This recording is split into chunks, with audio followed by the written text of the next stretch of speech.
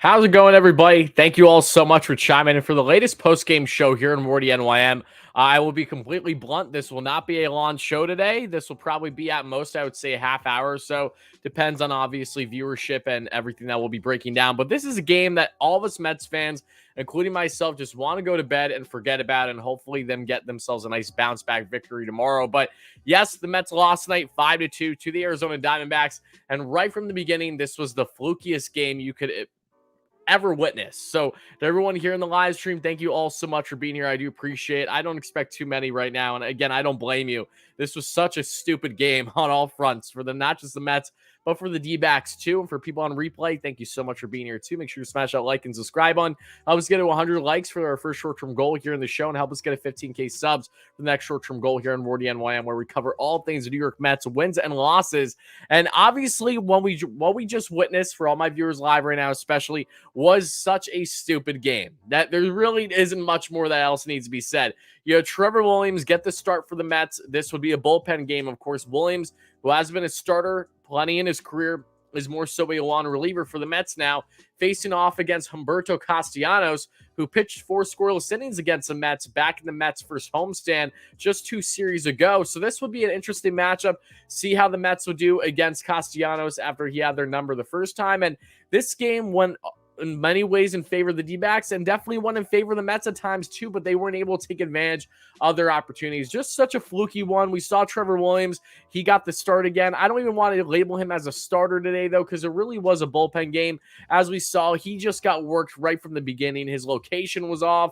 Everything was not working for Trevor Williams tonight, and the D-backs took full advantage of him right away. They scored a run early in the first inning, then tacked on 2 in the second and 1 in the third. And Trevor Williams' day ended after only 2 innings pitched, 7 hits, 4 earned runs, no walks, but no strikeouts either on 62 pitches. Not what you want from a guy that, again, is supposed to eat innings for you. And this is the thing for everyone that's probably watching this right now or griping. Why did Trevor Williams start in the first place? There was no way to avoid this. I would make that abundantly clear. Because of the Mets playing their doubleheader against the San Francisco Giants a couple days ago, that messed up the rotation schedule. So the Mets needed a 6th man today, and that's why you could have expected 100% Trevor Williams and Sean Reed-Foley to get a good amount of innings. But unfortunately for the Mets, Trevor Williams wasn't even able to go past 2 innings because he just did not have anything that could really benefit the Mets tonight. Then we saw them bring in Sean Reed-Foley, and SRF pitched, in my opinion, pretty solid. He gave up 2 hits and 2 walks, but was able to get out of those innings unscathed, and really would have had 3 scoreless innings had he have not gotten injured, because as we saw after a fluke play, which wouldn't be the last time we would even see this in the game, where a D-back there that we saw in the right around midway through the game actually hit the runner on first, his teammate. And of course, you guys know the rules. It just doesn't happen very often. So it's head scratching at first. They're watching it, but because he got hit by the ball on the comebacker, he is out. And so that is what happened. But SRF, while running to first and trying to make a play happen, not that he need to really do anything in that instance, he looks like he pulled his hamstring, but thankfully it was just a cramp. So SRF's going to be okay. But I was impressed by him. I definitely want to give acknowledgement, because the biggest highlights from tonight's game, folks, was not really so much offense, but rather the actual pitching from certain relievers that we saw tonight. And SRF was one of them. That's why I have him in my Wardy's top 5. He has now pitched 4.2 straight scoreless innings for the Mets. At minimum, he had 2 scoreless innings to eat a couple against the Giants in one of those games, which was great. And again today. So shout out SRF. Thankfully, it's a cramp, and it looks like he'll be okay. But before I talk about more things going forward, I would just like to let everyone know something right now. Slightly off topic, but still regarding a former Met, that being a Michael Conforto. It was just announced by John Heyman that Michael Conforto is out for the entirety of the season, folks. Yeah, unfortunately, and you guys know Michael Conforto was my favorite player on the Mets. I will always root for that man no matter where he is, even if he's on a rival. That's how much I've always adored. I've been a big fan of Mike's. I might be in a little bit of the minority there, but I stay true to that.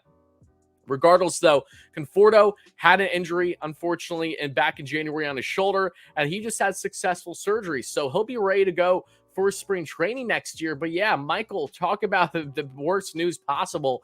He has had some of the worst luck imaginable, too, over the past year. Contract year, denied an extension for $100 million because rightfully so, if he performed to his caliber after a tremendous shortened 2020 campaign and a strong 2019, he would have found himself with a nice, pretty payday, probably around 170 to upwards of $200 million.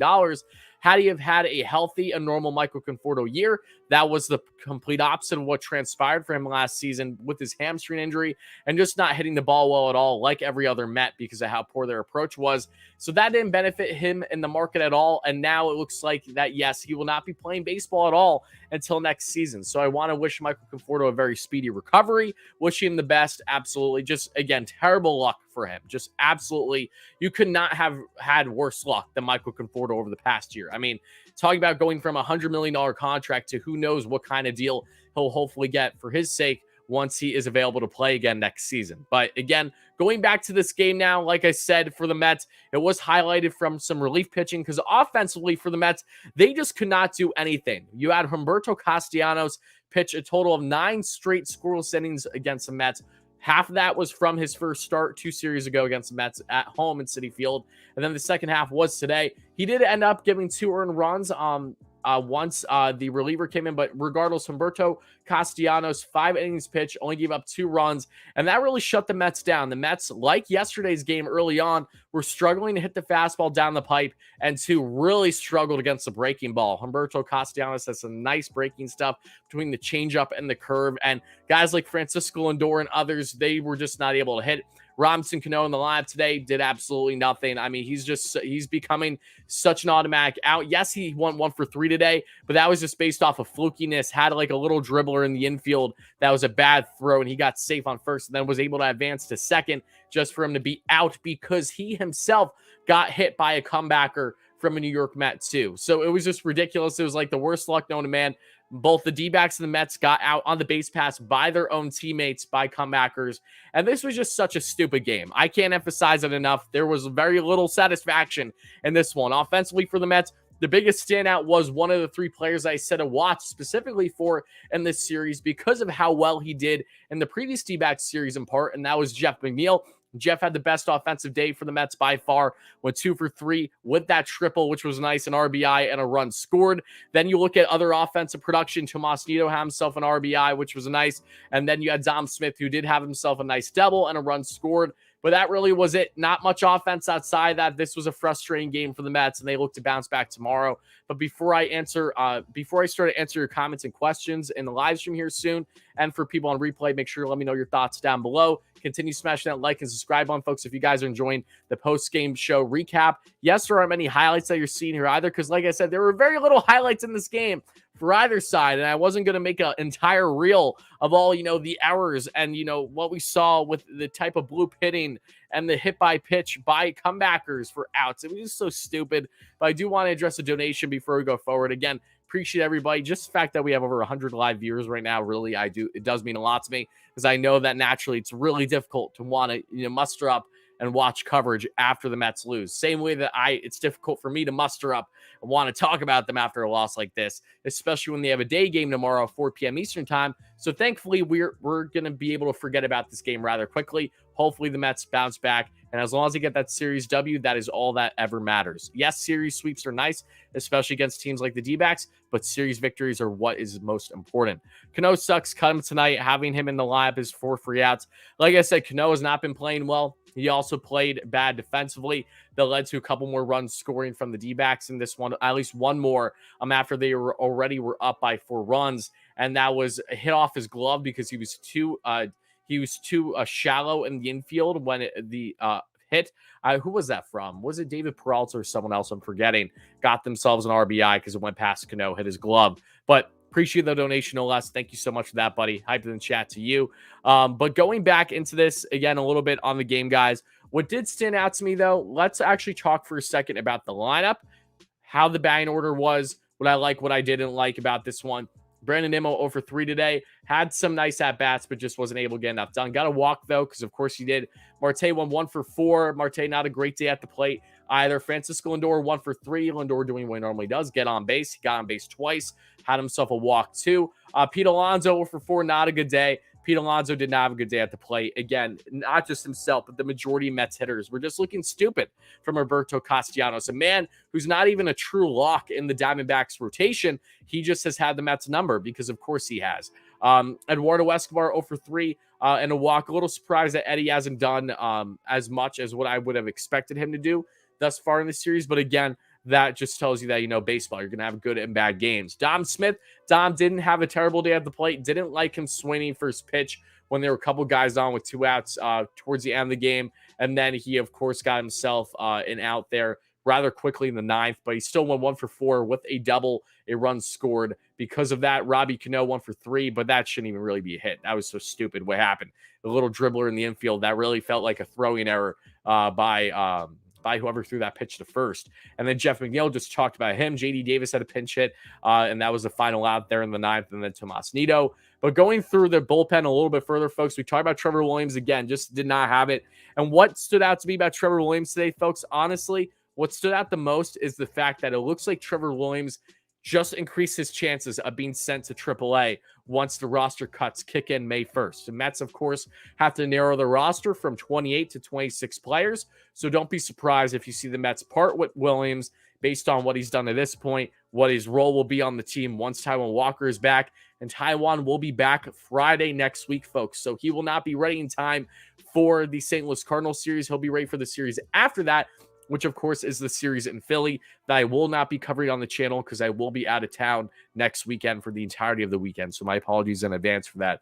But yeah, so you're going to have Max Scherzer game 1 for St. Louis Cardinals series. Game 2, it'll be Chris Bassett, and game 3 will be Cookie. But getting back to this game, though, like I said, pitching, however, Adam Ottavino did give up 1 earned run. He didn't have a terrible outing, though. Again, the biggest thing with Ottavino is always location. That was the first earned run he has given up this season out of the pen. He's been pretty solid for the most part. Loving that nasty slider from him. 1.1 innings pitched, gave up 2 hits, 1 earned run, 3 strikeouts. Joely Rodriguez had a clean 8th inning for the Mets. Looked nice. Had himself 1 walk, no hits, no strikeouts. Just another solid inning for the Mets left-hand reliever. And then Adonis Potato Medina made his Mets debut tonight out of the pen to pitch in the top of the 9th. In case you guys aren't aware who Medina is, he was on the Mets roster because it's expanded right now.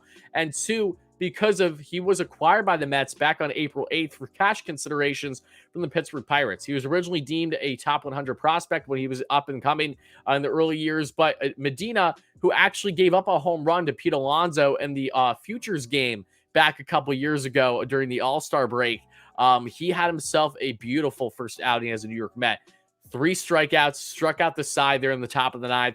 Really liked what I saw. I like his arsenal. I like his release a little bit too with Medina. If we actually look at Medina's arsenal here for a second, because I think it's important to touch on this, on what I liked most about it. If we look through Baseball Savant, if you guys can do this yourself, obviously, go on Baseball Savant, look at pitch arsenals. The only one I'm really interested in looking at from tonight is, in fact, Adonis Medina, because, again, this was his Mets debut, and I was impressed. So he worked his entire arsenal, had the curveball, four-seam fastball, slider, changeup.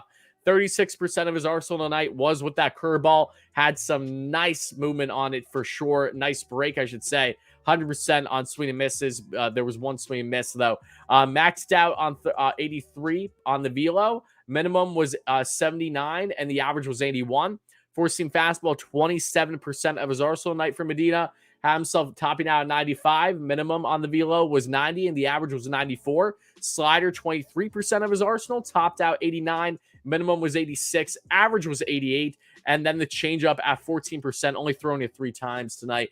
Topped out at 88, minimum 87, and average 88. So overall, very impressed with what I saw from Medina. And again, if he can continue something like that, that gives the Mets another option, another reliever that they can use, hopefully, for good reason, and that, not for the sense of there being a lack of consistency from the pen, but rather just having more guys stepping up. So Shad Medina, he, in my opinion, was probably the biggest highlight tonight for the Mets outside of Jeff McNeil, who had a really nice day at the plate, who's been swinging the bat incredibly well, even when he's not been getting a lot of hits. If you look at his expected batting average, he's barreling the ball well. And even if he's getting some fluky hits down the line, he's looking like the Jeff McNeil of old again. I cannot emphasize that enough.